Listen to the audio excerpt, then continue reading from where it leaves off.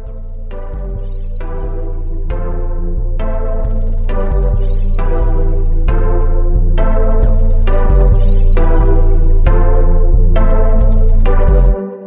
got a feeling I'm about to get put on. I got a feeling that something finna take off. I got a feeling, and it won't be too much longer. Got a feeling coming up on.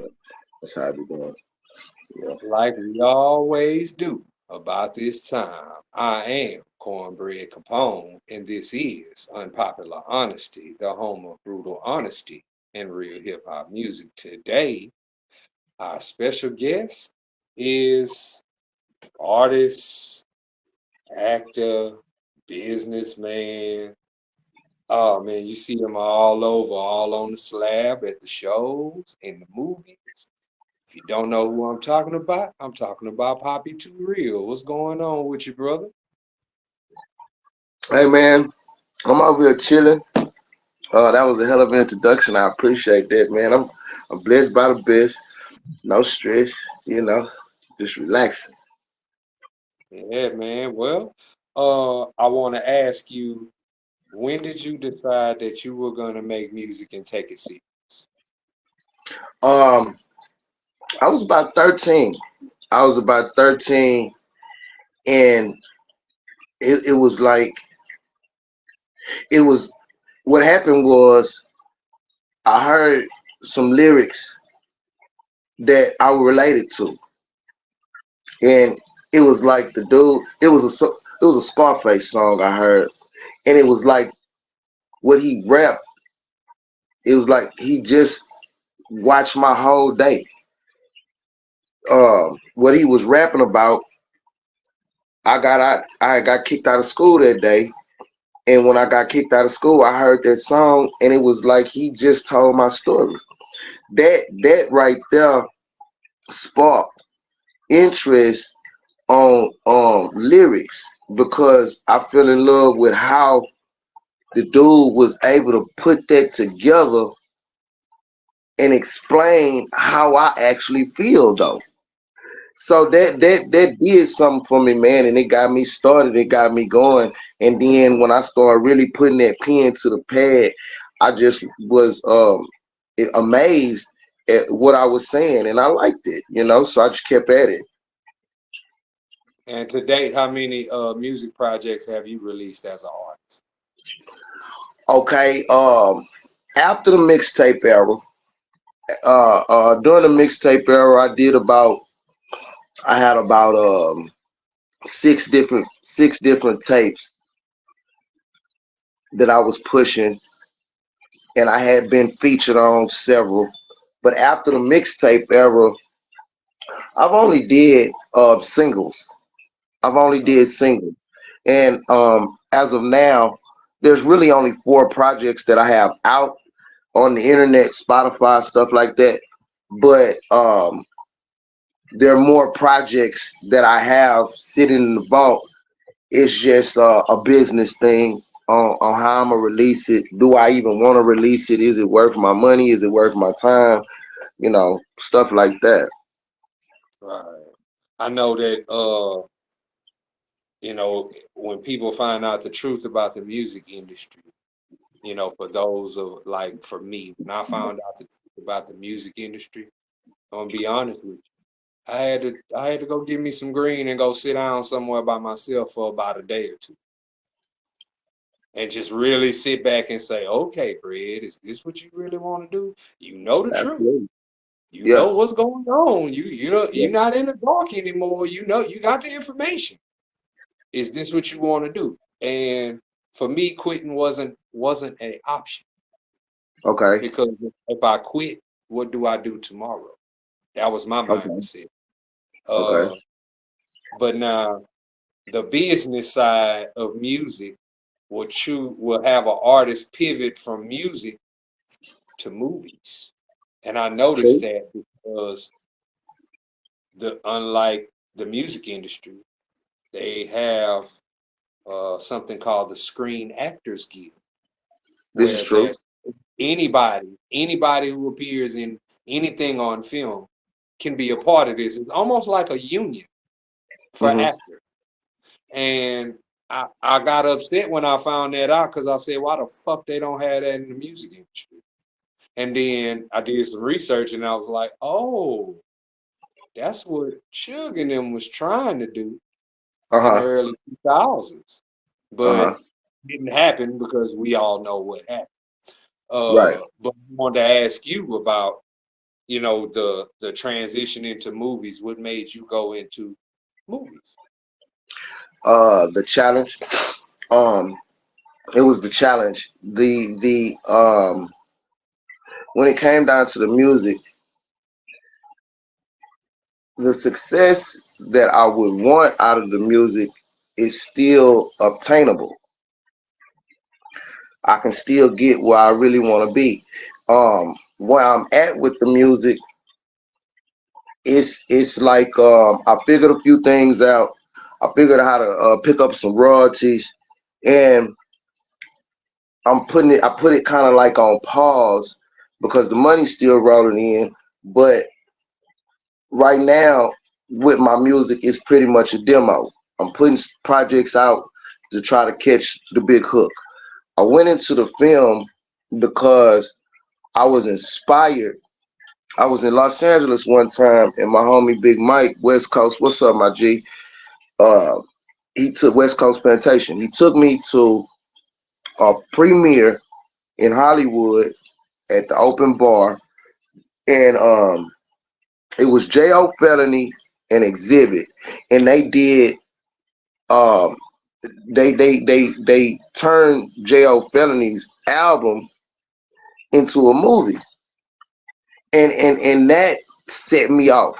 Before I left LA, I started writing this film that you're watching right here. That's called The Wrong Side. Before I left LA, I started writing that film, and next thing I know, it was finished. Then I caught I caught a little I caught a little hip in my giddy up, man. I messed around and ended up going to jail. Came out, was on bond, and the whole time I was on bond, I got this movie done because at that moment, if I was gonna have to do 10 years, I needed to leave something behind that was stronger than my music. You see, a visual. That's what I wanted to do. Then going along, I beat the case. You know what I'm saying? I ended up just doing some probation. Going along forward, after seeing what I could do, I caught up on the Houston Film Commission. I tell people all the time, y'all check that out. www.houstonfilmcommission.com. You can sign up with them, and they'll send you newsletters that let you know what's going on in the city of Houston as per extras, as per learning behind the scenes work. You can really, if you apply yourself, you can come up in this. So once I start seeing these opportunities, like you said, you heard about the was the Actor Screen Guild, right? Um, Yeah. these type of things, like you say, they open your eyes up to stuff, and it's more opportunities. Um, I started to be the person that decides to be entertainment full around. You know what I'm saying? Not just music. I got my clothing line going on. I got the movies going on. I got the I'm doing skits now. We doing the podcast. I want to do me a podcast. I want to put on. I want to get a nonprofit organization that does back to school specials, stuff like that. Full around entertainment, and service to the people too. I'm starting to be turned on to more stuff than just music. That's really catching my fly. You know, and I like to, and I'm participating, and it feels good, and I'm having fun, and I'm meeting people, and I'm networking, and I feel as though I'm making progress in my career with the moves that I'm making. That's what's up, man. Are there any other film projects that you have that is on the way? Right now, we're working on it's called The Big High. It's a romantic comedy. Um, it's going to be a 4-part episode. we're about a year into the process of the filming and all that type of stuff. Um, um, it's fun, man. It's fun. I got a cast about 13 people, along with the film crew and all of that. And the way that God is directing, God directs people to do things. They just don't do it. Right. God has directed me to start doing this thing, and as I'm doing it, the people that's pitching in along the way is really making me understand that I'm moving in the direction that God is just pushing me that way. Like He giving me something to do. A lot of people be walking around like they ain't got nothing to do. I mean, He give you stuff to do all the time. People just don't be doing it. Well, I'm just doing what God pushed me to do. You see what I'm saying? And it's really fun. It's fulfilling. You know, it's producing. Uh, uh, Hopefully, it will start producing money with the film. Besides me doing the extras and stuff, you know, that's how I help sponsor the legwork I got to do with the film project. You know, it costs money, but I help sponsor it through my little extras that I be playing here and there. I played an extra in season 3 of Mo. It's gonna be on Netflix. It's about this guy from Southwest Houston, and he's I don't want to say his nationality wrong, but it got Toby Newine in it. You know, it's a cool little kick I picked up on, and I just picked up on it going on that newsletter, looking for the information, trying to get into something. You see what I'm saying? Yeah, that's what's up. Well, I gotta ask you this because I ask everybody this question. Does Papi2Real have a top 10 best rappers? Me, me, me, me, me, me, me. I'll pop it to real. I'll pop it to real. Now, besides that, on a real note, it wouldn't be 10. It wouldn't be 10. I'm gonna shoot Tupac. I'm gonna shoot Mystical. I'm gonna shoot Biggie is in there. Jadakiss, Mace, Scarface. I mean, I could really go on and on too. A Ball and MJG. I mean, I was coming up in the age of rap we came up in. I'm 44. Man, what these cats was rapping about, man, was something different to me. Um, Right. eight ball, eight ball showed me how to paint a picture when I'm with my words. A Ball had a rhyme. It's off the album Lost, and I believe it's the song Lost. He says, "As the autumn leaves fell in the month of October." I can go on and on. I know the rest of the whole verse, but he says, "As the autumn leaves fell in the month of October." When I heard that, it was like I saw autumn leaves falling in October. He painted the way he rapped. I could see what he talking about. Um, um, Tupac did that for me. Biggie did that for me. He had a song called it was called A Story, where he talked about he had met this chick. They went to her house and they was getting it in. Then the dude, her boyfriend came in, and so on and so on. But the way he rapped this story, the way he rapped this story that he was telling, man, it was like you was sitting right there listening to the nigga tell you the story. And he was just smooth across the beat with it. Slick Rick. I mean, man, these cats, that was the child story that where he's talking about how they ran across the thing, he hit the cop on the head, and I Yeah, mean, come on, man. You know what I'm saying? I come from an era of rap where they were painting like it was live what they was talking about. I could see it. Mystical, man. Mystical, man. He say what do you say? Something about he run across you like apes, fly like a pelican. why you like Pelican? Yeah, man, oh man, mystical. Oh man, mystical say It I was did what I good. said that I did that I said that I wasn't gonna do, and oh man, this nigga was rock. He was. You feel me? Yes, he And them was. cats really ignite spirit. Sugar free. Snoop. I like Snoop. Snoop, man, the way Snoop done came through this game, and he's still so relevant. You know, he just come back from the Olympics, and he say he was making like $1 million a day, stuff like that. I mean, them cats, man, for the young dude rapping, man, that money is out there, and these cats put that money up like that. Like, look at 50 Cent, man. 50 Cent is the largest property owner in Shreveport right now.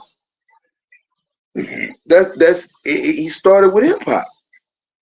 This game is relevant. Um, I'm glad to be a part of it. I'm glad to be able to make some money with it. I'm glad to talk about it. I'm glad to help the next person that want to do something with it. I mean, you know, of course, it's a monster, but look what can be done. You know, I mean, I saw Michael Jordan, but I wanted to be Tupac though. Yeah. I didn't want to play basketball. I want to rap. I saw Michael Jordan. This cat with Michael Jordan.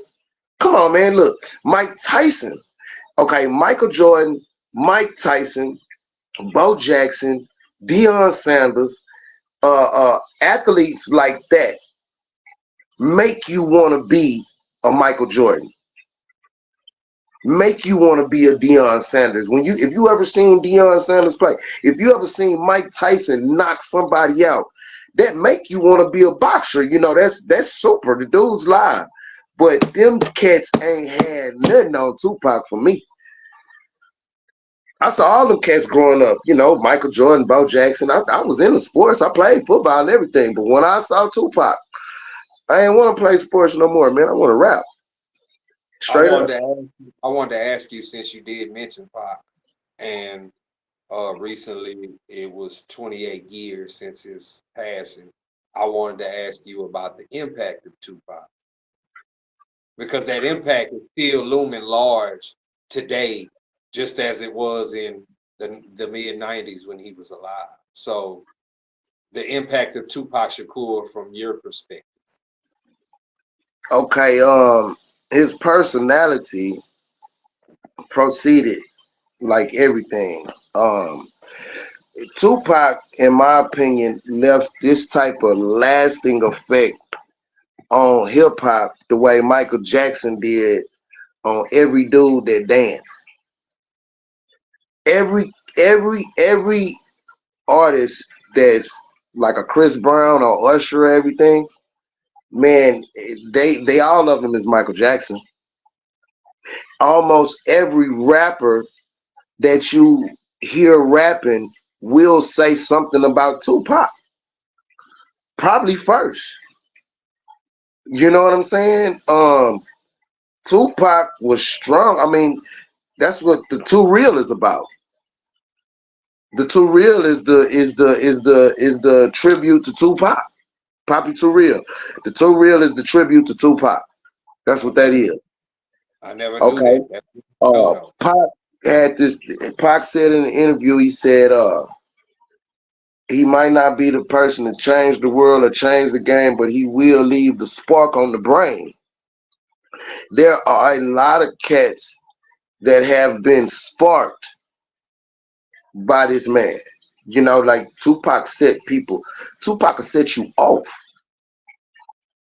Tupac, okay, Donald Trump caused the insurrection at the Capitol.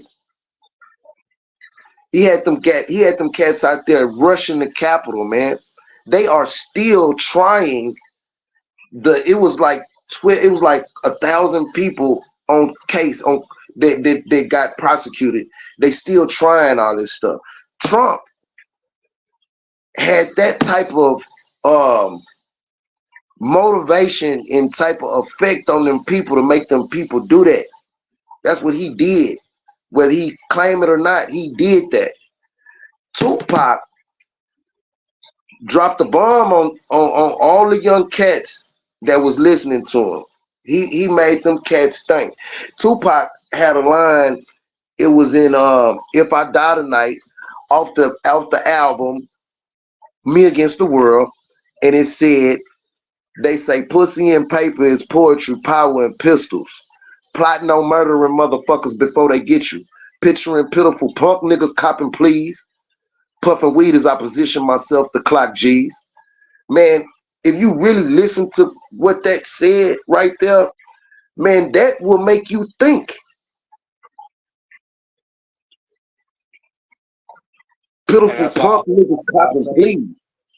that's why he's still on my top five, and he's considered by me the greatest rapper of all time. Oh yeah, You most definitely. Most know, definitely. I wholeheartedly agree. you know what I'm Cause saying? it wasn't just the lyrics, man. Man, it was the whole personality. This dude was like when he come across, man, all eyes, the dude when he said all eyes on me, that was cold. In that album Me Against the World, the intro of the album were excerpts of him being on the news. He took all the audio of him being on the world news, him I being thought on ABC News. I thought that was dope because I remember when that album came out, I went and bought the cassette, and I'm listening to it, and I'm saying, just the whole album, because that The whole album, whole album. it's a classic album, hands down. But when you listen to it, you like, ooh, because he was talking about what was actually going on in his life at that moment in time. You remember, by the time Me Against the World came out, he had already been shot 5 times. He had already got robbed, and he was already in prison.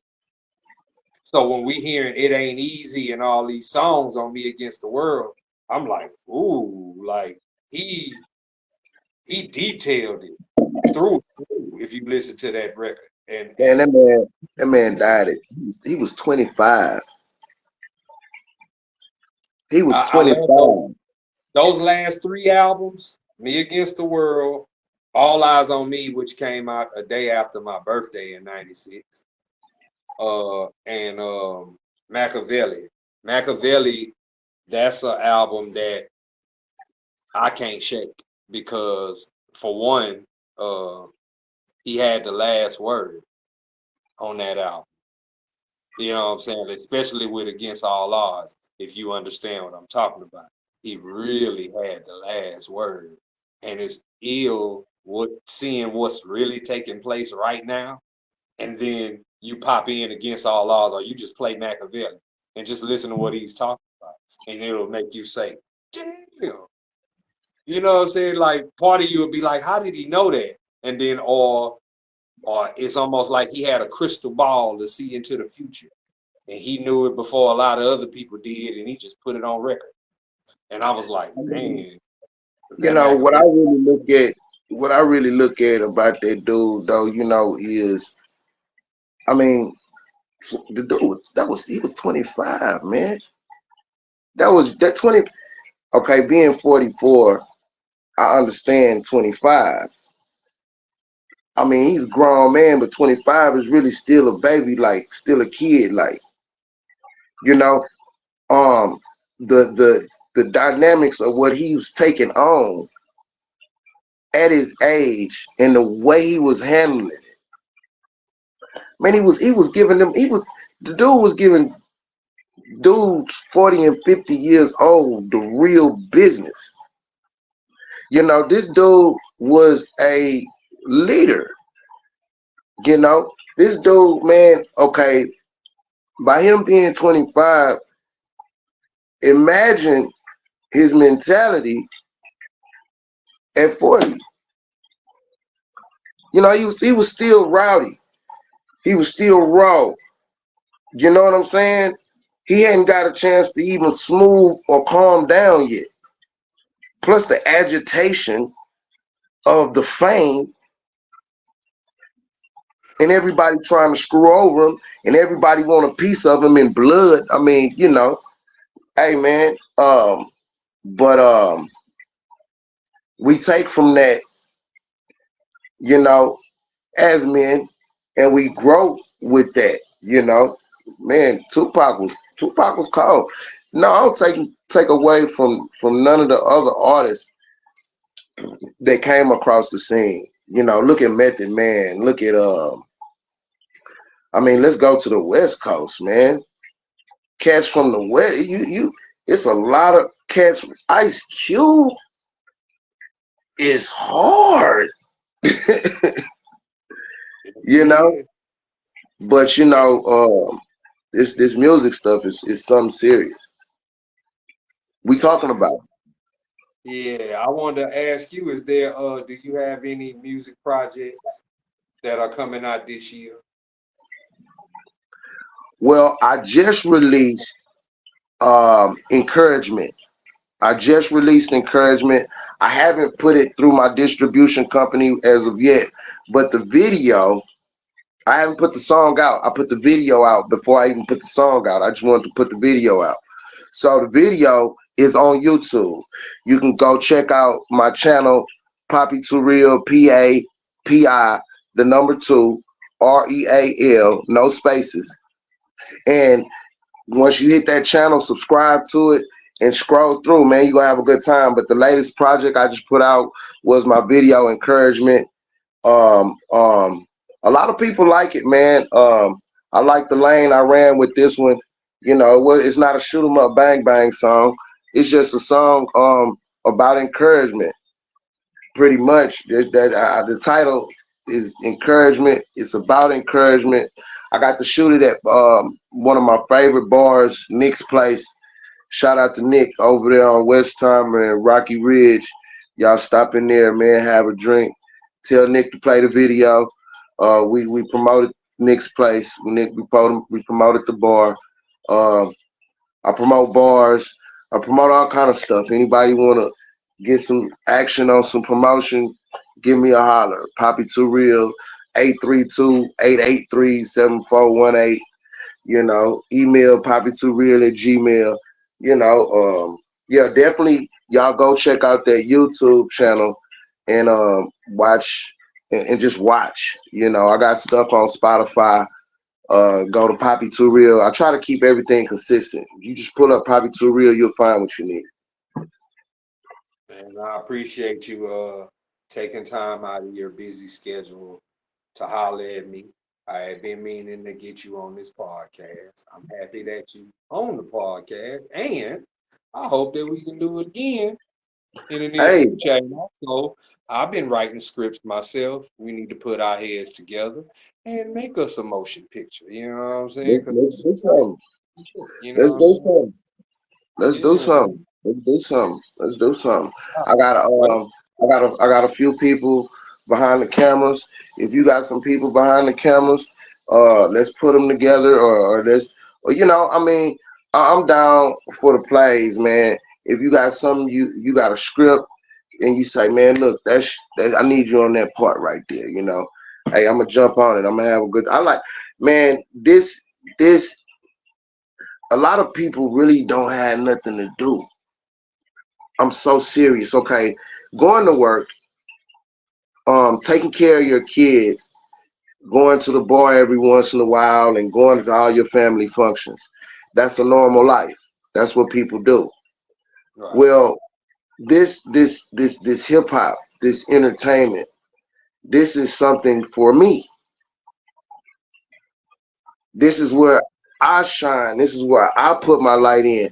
After I've been helping people all day, every day, this is my therapy that builds my confidence because of the simple fact that I be satisfied in the work that I put out. So let's get some stuff done, Corn. Let's do something, man. I want to be satisfied with my work. So let's do some work. No doubt, man. We definitely gonna make that happen, man. On behalf of Papi2Real, I am Cornbread Capone. This is Unpopular Honesty, the home of brutal honesty and real hip hop music. And until next time, everybody, peace and love, because that's what the world need in a major way. Peace and love, man.